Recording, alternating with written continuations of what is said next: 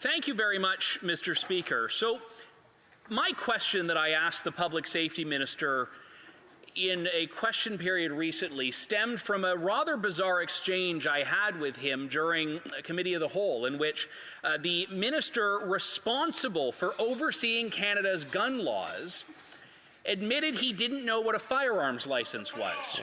He admitted he didn't know about the Canadian firearms safety course that all Canadian firearms owners must pass to get their firearms license. Now, I suspect if I had had a bit more time, I might have learned that the minister didn't even know what a firearm was, but unfortunately we'll have to save that for next Committee of the Whole. But why this is important, Mr. Speaker, is because the Liberal government's firearms confiscation regime is predicated on misinformation. It's actually predicated on the idea that law-abiding firearms owners are the source of gun crime in Canada. So I wasn't actually surprised that the minister responsible for this scheme didn't know anything about guns and gun owners, because if he did know, the Liberals' plans wouldn't exist. They wouldn't make any sense, and they'd be aware of that. We know that the vast majority of firearms crime in Canada is the responsibility of guns that have been illegally smuggled across the Canada-US border. It is guns that are very connected to organized crime and gangs. It is not Grandpa Joe's hunting rifle. It's not the firearm that a law-abiding licensed firearms owner like myself and like many of my colleagues in this House are. So what I asked the minister in question period was whether he would commit to actually learning about his file, and because he clearly didn't know anything about it, whether he would commit to scrapping the Liberal government's firearms confiscation regime. Now, the minister has had a couple of weeks to bone up on this. Maybe he has, maybe he hasn't. But what I can tell you is that Canadian gun owners have been attacked by this government, which does not know that they are statistically less likely to commit a crime, less likely to have any connection to gun violence or gun crime by virtue of having gone through the rigorous vetting and training and examination that the Canadian firearms program requires of gun owners. And the firearms that were banned by Order in Council 5 years ago are firearms that have been, and they've added to this list continually, used by hunters, sport shooters, and collectors without any issue, without any connection to gun crime whatsoever.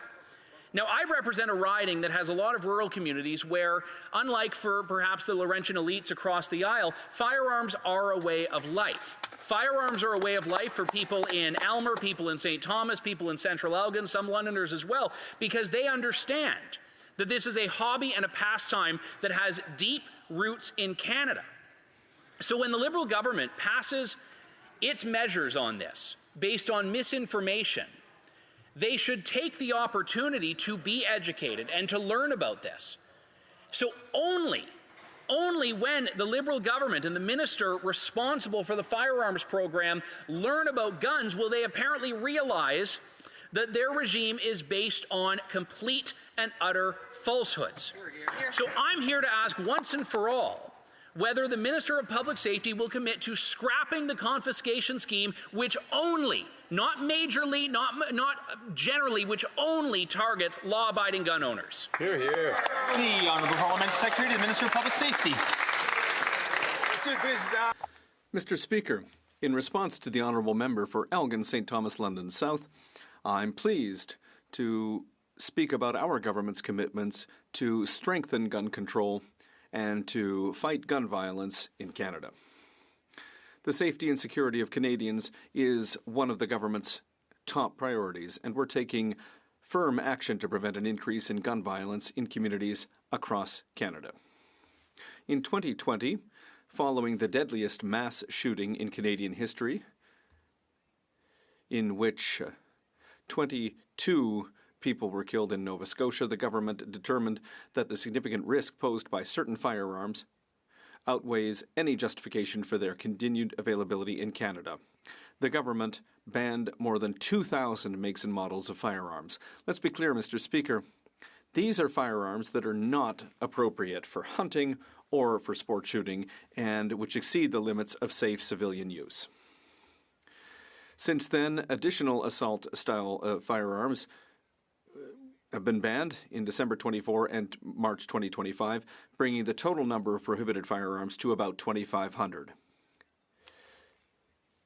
The program to provide compensation has been in place for several years, and as of April 30th, 2025, over 12,000 requests have been submitted for compensation.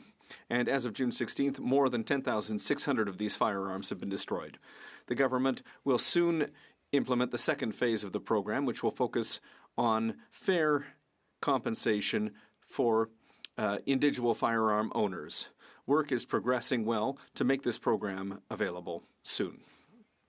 No single program or initiative can address the issue of gun violence.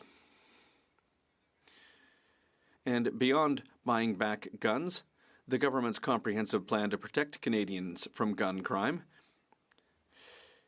includes other measures, including strengthening our borders, where we are committed to adding resources to fight gun trafficking and smuggling to prevent guns from entering Canada. Since 2017, Mr. Speaker, the government has invested over $1.3 billion in safety initiatives, including the Action on Gun and Gang Violence Initiative, the Building Safe Communities Fund, and investments to equip the RCMP and the Canada Border Services Agency with state-of-the-art tools such as X-ray machines to detect smuggled firearms and smuggled firearm components. In addition, in the last speech from the throne, the government announced the deployment of detectors of illicit merchandise and the use of drones and helicopters, as well as additional personnel and the use of canine units at the border. These measures will greatly increase the ability of law enforcement to detect and seize firearms and prohibited weapons at the border.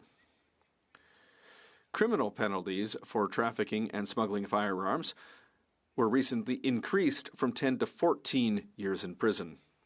This change will, on the one hand, strengthen deterrence and, on the other hand, support the prosecution of offenders involved in firearms smuggling.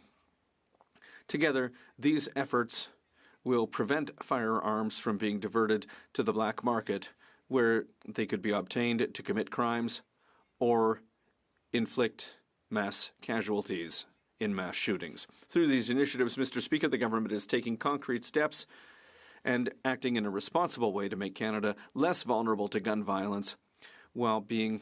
Thomas London South.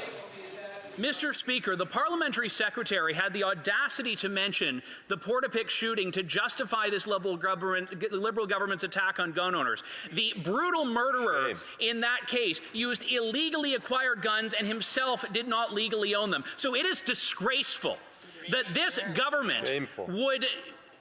I can't even use the word in this House, that this government would take advantage of those victims to score political points off the backs of law-abiding gun owners. He should be ashamed, and I hope he apologizes for that. Will this government, which clearly the minister and the parliamentary secretary don't know anything about the gun file, abandon this half-baked confiscation scheme that only targets law-abiding owners, not killers, not gang murderers, and not those who are actually responsible for breaking the law? Hear, hear. The Honourable Parliamentary Secretary. Mr. Speaker, quite the contrary. I reiterate our government's commitment to public safety through stronger gun control.